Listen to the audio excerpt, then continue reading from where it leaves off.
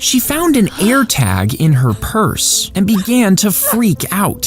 Her mind started racing about who could have slipped it in and why they were tracking her. In a panic, she called Alex, one of her closest friends. He arrived minutes later and assured her everything was fine, quickly taking the device off her hands. He Googled how to destroy it and learned a hammer was the best option. They both went out on the porch and he crushed the AirTag, which put her mind at ease, for now. He smashed the AirTag and she felt relieved for a moment, but the worry lingered. Someone had slipped it in her purse. Someone was watching. Alex offered for her to spend the night at his place, and she agreed. She didn't want to be alone. His apartment felt unfamiliar, but safer than her own. He tossed her a blanket for the couch and disappeared into his room. She couldn't sleep.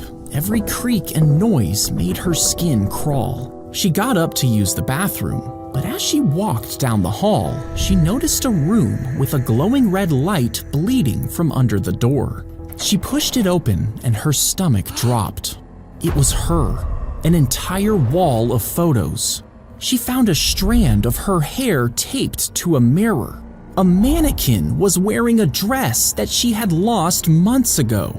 There was a wig for every hair color she had worn over the past few years. She gasped as she noticed the neatly organized AirTags. The one labeled purse was missing.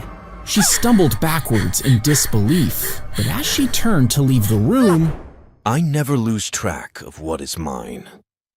She woke up in a chair, the ties cutting into her wrists. Her head throbbed as she looked around and remembered where she was. The door creaked open. Alex stepped in, holding a glass. He looked unconcerned, like everything was fine. He carefully tipped the water into her mouth, watching her closely.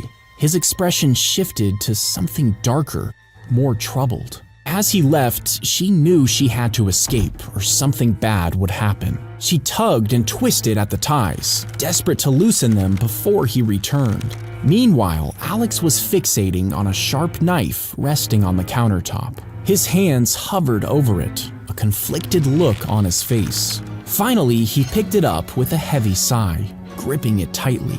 Alex returned slowly, knife shaking in his grip, tears welling in his eyes. As he placed a hand on her shoulder, something felt wrong. It was the mannequin. Suddenly, she smashed the mirror over his head. She raced toward her car, fingers trembling as she struggled to dial 911.